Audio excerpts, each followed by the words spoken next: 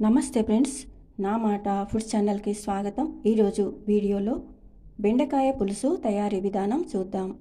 బెండకాయ పులుసు తయారు చేయడానికి ముందుగా బెండకాయలు బాగా కడిగి ఈ విధంగా నీళ్లు వడిసే గిన్నెలో వేసుకోవాలి. బెండకాయ పులుసు తయారు చేసుకోవడానికి కావలసిన పదార్థాలు చూడండి. బెండకాయలు ఈ విధంగా కట్ చేసుకోవాలి.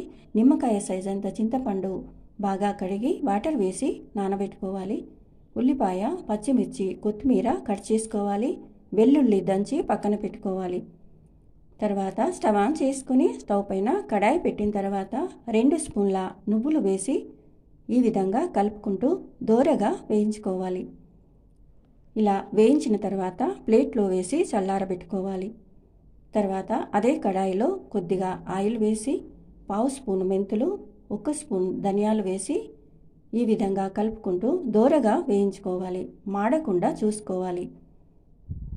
2-3 మిరియాలు, 2 లవంగాలు వేసుకోవాలి. తర్వాత స్టవ్ ఆఫ్ చేసుకోవాలి. 1/2 స్పూన్ జీలకర్ర వేసి ఒకసారి ఈ విధంగా కలుపుకుంటూ వేయించిన తర్వాత ప్లేట్లో వేసి చల్లారబెట్టుకోవాలి. చల్లారిన తర్వాత జార్లో వేసి మెత్తగా గ్రైండ్ చేసిన తర్వాత పక్కన పెట్టుకోవాలి. తర్వాత స్టవ్ పైన మరో గిన్నె పెట్టిన తర్వాత తగినంత ఆయిల్ వేసి ఆవాలు, జీలకర్ర వేసుకోవాలి. తర్వాత దంచిన వెల్లుల్లి వేసుకోవాలి. పచ్చిమిర్చి వేసుకోవాలి. కరివేపాకు వేసుకోవాలి.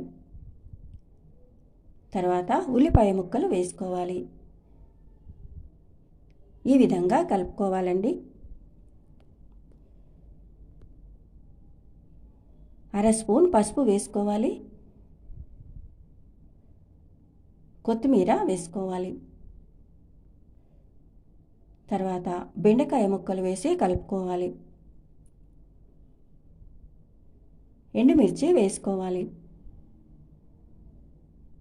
1 స్పూన్ కారం వేసుకోవాలి.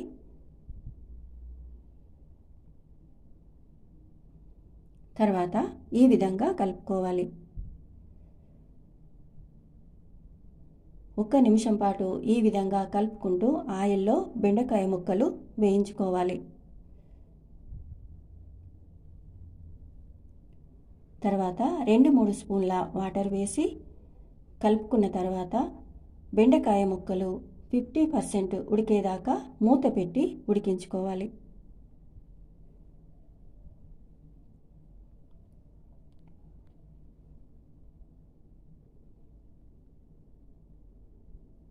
తర్వాత ఈ విధంగా బెండకాయ ముక్కలు సగం ఉడికిన తర్వాత ఈ విధంగా మరోసారి కలుపుకోవాలి. తర్వాత చింతపండు రసం వేసుకోవాలి. చింతపండు రసం వేసిన తర్వాత తగినంత వాటర్ వేసి కలుపుకోవాలి. చిక్కగా ఉండాలో పలసగా ఉండాలో చూసుకుంటూ వాటర్ వేసి కలుపుకోవాలి. తగినంత సాల్ట్ వేసుకోవాలి.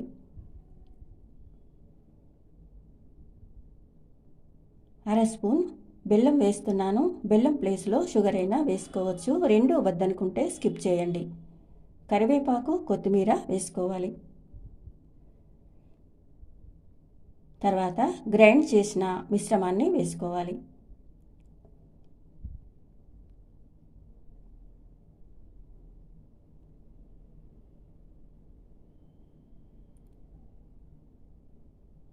మంటను మీడియం ఫ్లేమ్లో పెట్టుకుని ఈ విధంగా మరిగించుకోవాలి.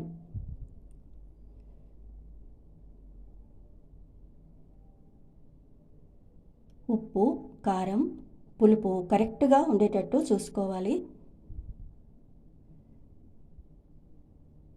5-6 నిమిషాలు ఈ విధంగా ఉడికించుకోవాలి.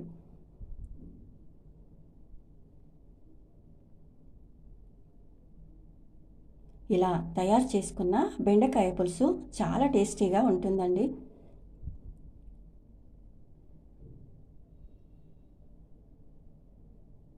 బెండకాయ ముక్కలు ఈ విధంగా మెత్తగా ఉడకాలి.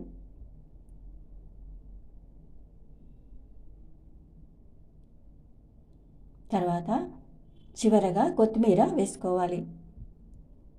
తర్వాత స్టవ్ ఆఫ్ చేసుకోవాలి.